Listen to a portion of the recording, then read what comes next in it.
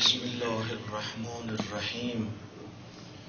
الحمد لله المتجلی لعباده من افق الالباب المجلی عن مراده بمنطق السنة والكتاب الذي نزه اولیاءه عن دار الغرور وسما بهم الى انوار السرور والصلاة والسلام على سيدنا وحبيب قلوبنا ابي القاسم محمد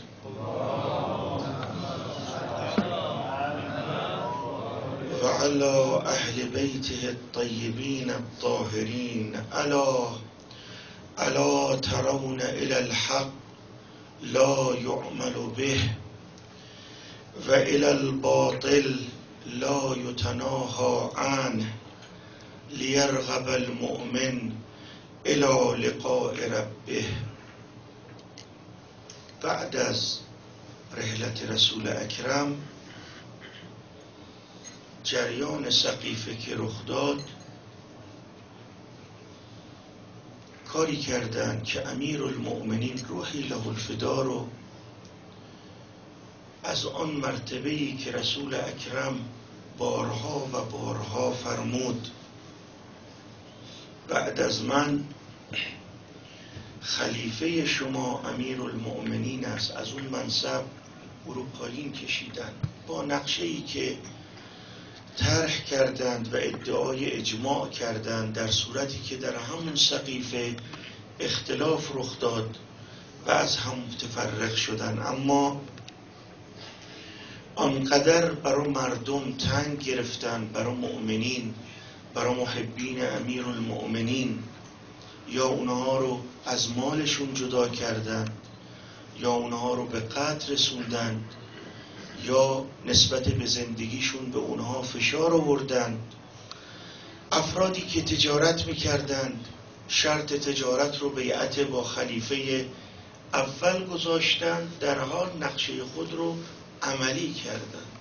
چون مردم در مواطن مختلف از رسول اکرم کلماتی رو شنیده بودند، منع حدیث کردند.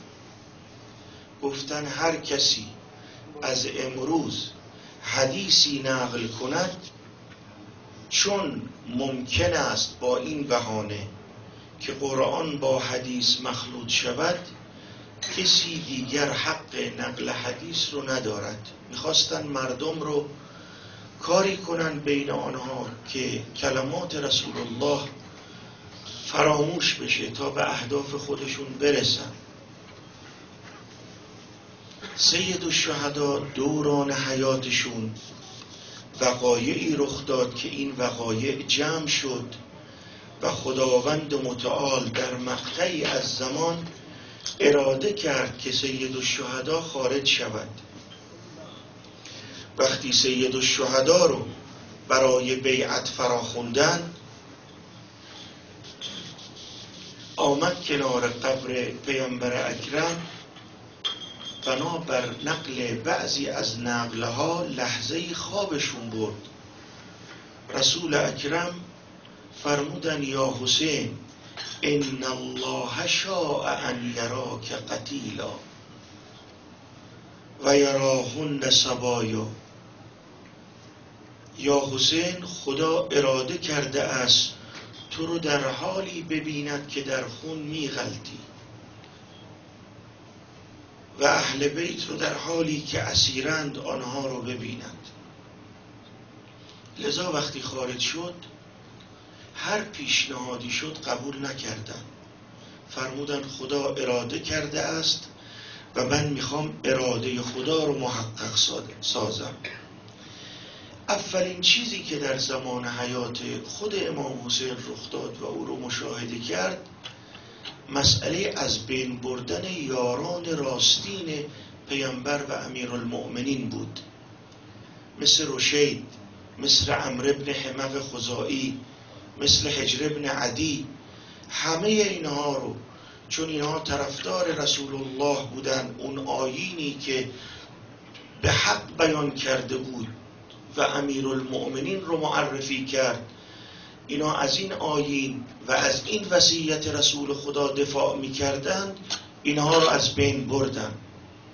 هجر ابتدا مغیرة ابن شعبه در کوفه بود، وقتی که بالای منبر میرفت اهانت میکرد به امیرالمؤمنین.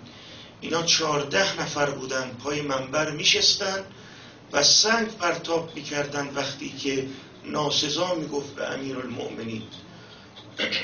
مغیره تحمل میکرد تا معاویه زیاد رو فرستاد. زیاد توهین به امیرالمؤمنین رو و جسارت رو به حدی برد که اینا رو بروش استادند. هجر و اون افرادی که حدود 14 نفر بودن زیاد تحمل نکرد، اینا رو دستگیر کرد، همراه با 100 نفر فرستاد شام. در منطقی به نام مرج العذراء پیام آمد از معاویه که اینها رو بکشید. دست پای اینها رو بستن، به اینها گفتن لعن کنید، سب کنید امیرالمؤمنین رو. قبول نکردن. تاریخ میگه 7 نفر از اینها رو واسطه آمد، کسی پیش معاویه، از معاویه خواست که اینها رو آزاد کنن. بعضیا میگن اینا قبول کردن که لعن کنن امیرالمؤمنین رو. 7 نفر از اینها از مرگ نجات پیدا کردن، اما 7 نفر دیگر رو که جزوشون هجر بود، هجر رو در حالی که دست و پاش بسته بود او رو به قتل رسوندن. تاریخ میگه قبل از این که به قتل برسد از اطرافیاش خواست که اگر من کشته شدم من رو با همین قل و زنجیر دفن کنید. من میخواهم روز قیامت به همین شکل محاجه کنم با معاویه و روبروی معاویه بیستم. تاریخ میگه اینا زنده بودن و اینا رو دفن کردن. لذا این مناظر رو امام حسین در زمان حیاتشون دیده بودن. عمرو ابن حمق خزاعی، این مرد بزرگ که معاویه سالها بود که او رو میخواست پیدا کنن برای که عمرو رو دستگیر کنه، زنش رو زندان کرد. این عمرو ابن حمق کسی بود که آمد جلو امیرالمؤمنین گفت یا امیرالمؤمنین، شما اگر بگویی تمام کوه‌ها رو سنگ‌هاش رو تکه تکه کنم و اونها رو منتقل کنم جای دیگر، یا امر بفرمایید آبهای دریاها رو سطل کنم و جای دیگه منتقل کنم، یا امیرالمؤمنین من حق تو را ادا نکرده ام، چون تو وصی رسول خدا هستی، چون همسر تو فاطمه زهراست، چون فرزندان تو حسن و حسینن، لذا من حق تو رو نمیتوانم ادا کنم. سرش رو برید معاویه، انداخت تو دامن زنش. زنش یه نگاهی بهش کرد، گفت کی این سر را آورده؟ گفت به فرستاده معاویه بگویید این عمرو ابن حمق کسی بود که شبها هیچگاه تو بستر نیامد، مشغول دعا بود، روزها هیچ وقت رو سفره نشست غذایی میل کند چون همیشه روزه بود. اینا اینجور افراد بودن، اهل خدا بودن. لذا سید الشهدا اینها رو دیده، این مناظر رو. لذا وقتی نامه نوشت به معاویه نوشت اینا اهل بهشت بودن، تو ظلمن و عدوانن اینا رو به قتل رساندی. معاویه جنایتای تو کم نیست، تو هجر ابن عدی رو که اهل خدا بود، مخبت بود، خودش و اصحابش رو به قتل رساندی. و دومین موردی رو که سید الشهدا مشاهده کردن فشار اقتصادی بود. معاویه نوشت من قامت البین علی انه یحب علیا و اهل بیته فامحوه من الدیوان واقطعوا رزقه و عطاءه.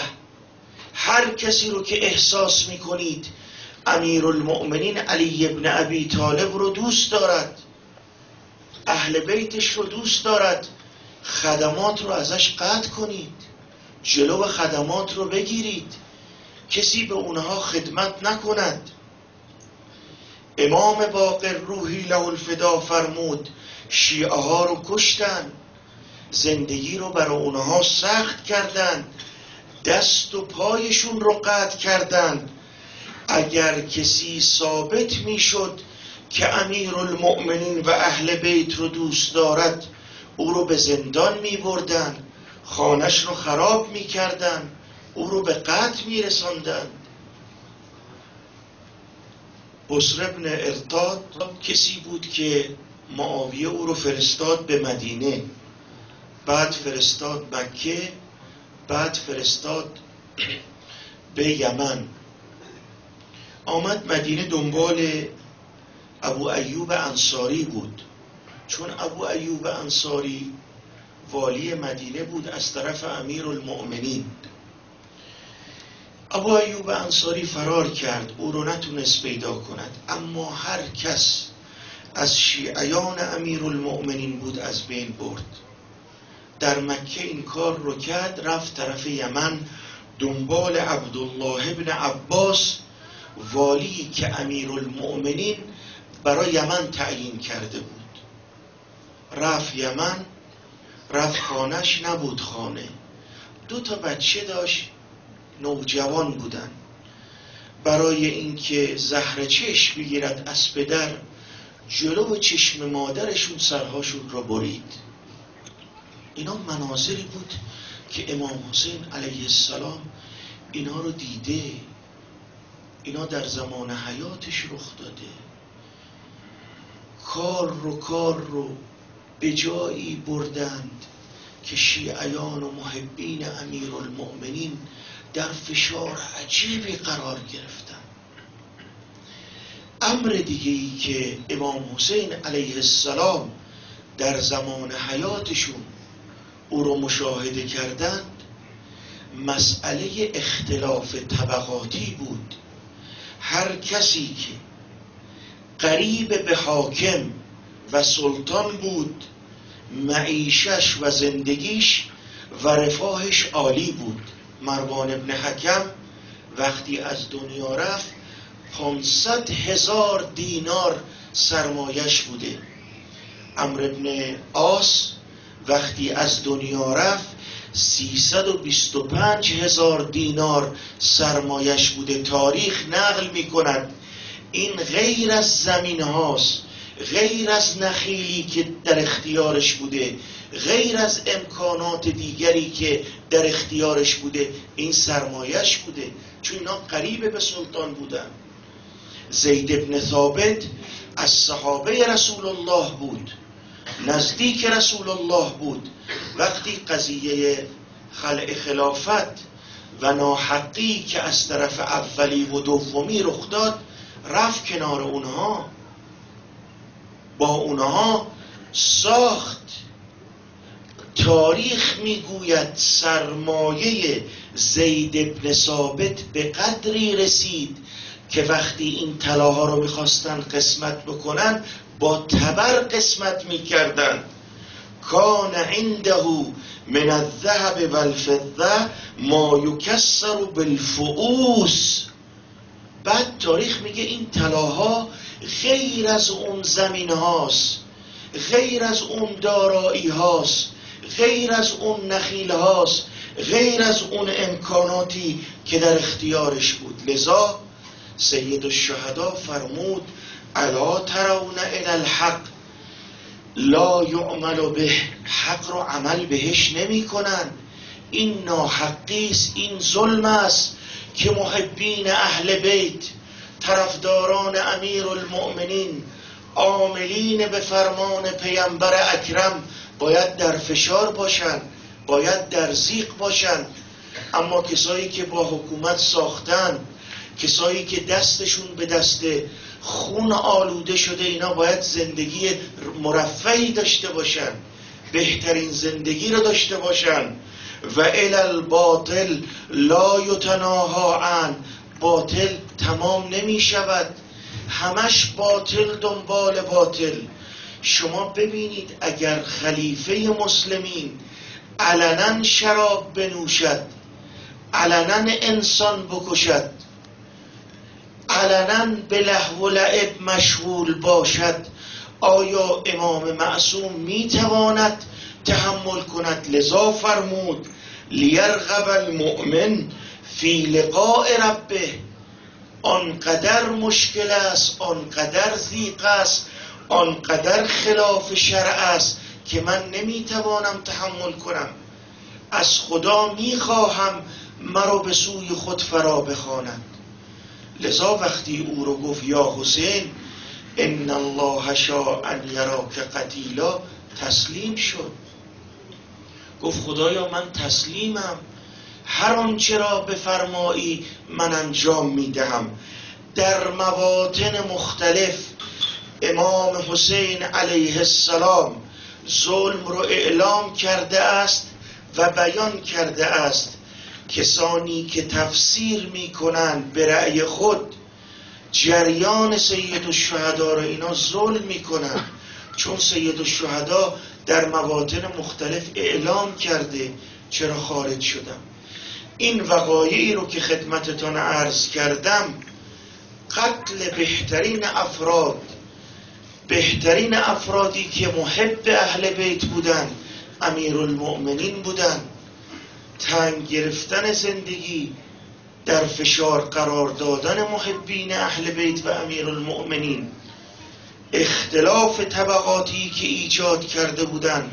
لذا فرمود انی لما وجدت هذه المظالم لم استطع الصبر. من صبر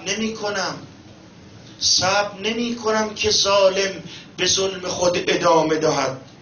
فاما ان ابقی فیکون بقایی اقرارا به هذه الجرائم، یا باید بنشینم ساکت بشم، این سکوت من اقرار به این جرم هاست. بهترین بنده های خدا باید از دنیا بروند، من ساکت بشم. ظلم کنن به مردم، داراییشون رو بگیرن، من ساکت بشم. و اما فیکون بقایی اقرارا به هذه الجرائم و به هذه المظالم و اما ان اقتل، یا اینکه کشته شوم.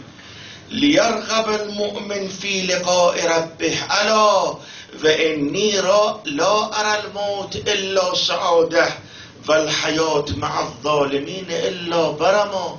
مردم بدونید من اگر کشته بشم این بر من سعادت است، نکبت است، ننگ است که من با ظالمین بمانم، به اونها دست بدم، با اونها صلح کنم.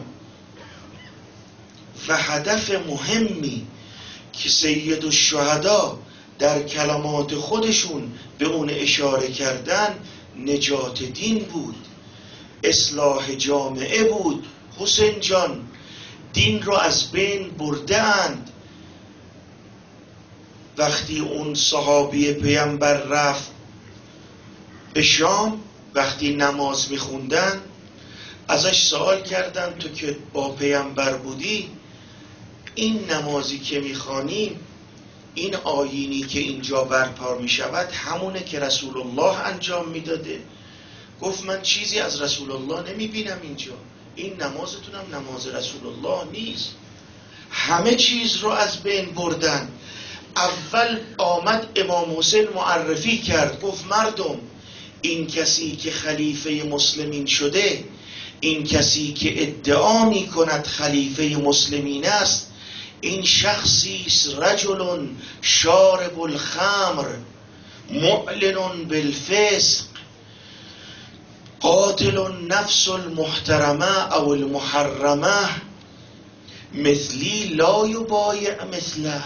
مردم، این خلیفه مسلمین رو اول معرفی کنم، این قاتل مسلمینه، شارب خمره، علنا فسق می کند.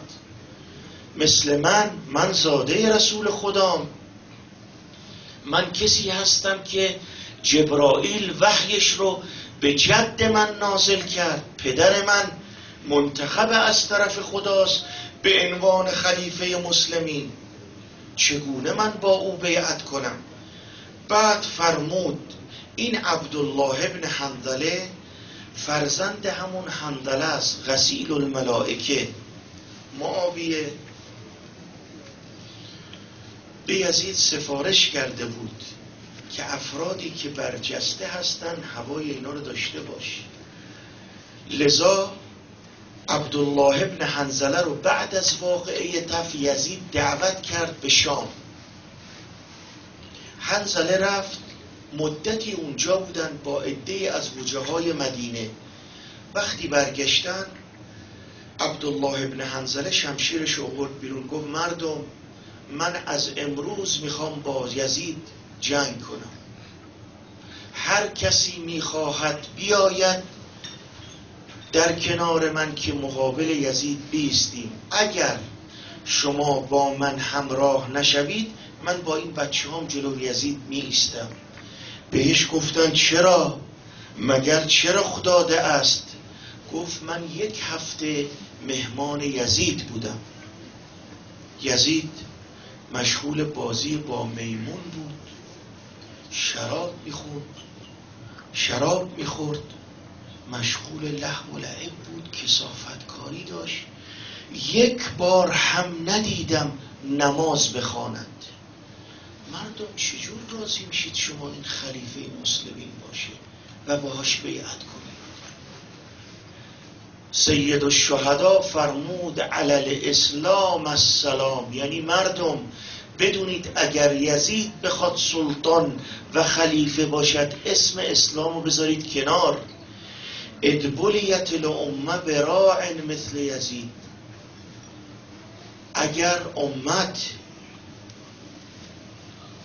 گرفتار مثل یزید بشه، یزید اول اعلام کرد به مردم، معرفی کرد، بعد وقتی آمد کنار قبر پیامبر فرمود اللهم انی احب المعروف و اکره المنکر. خدایا من امر به معروف رو دوست دارم، منکر رو ازش متنفرم.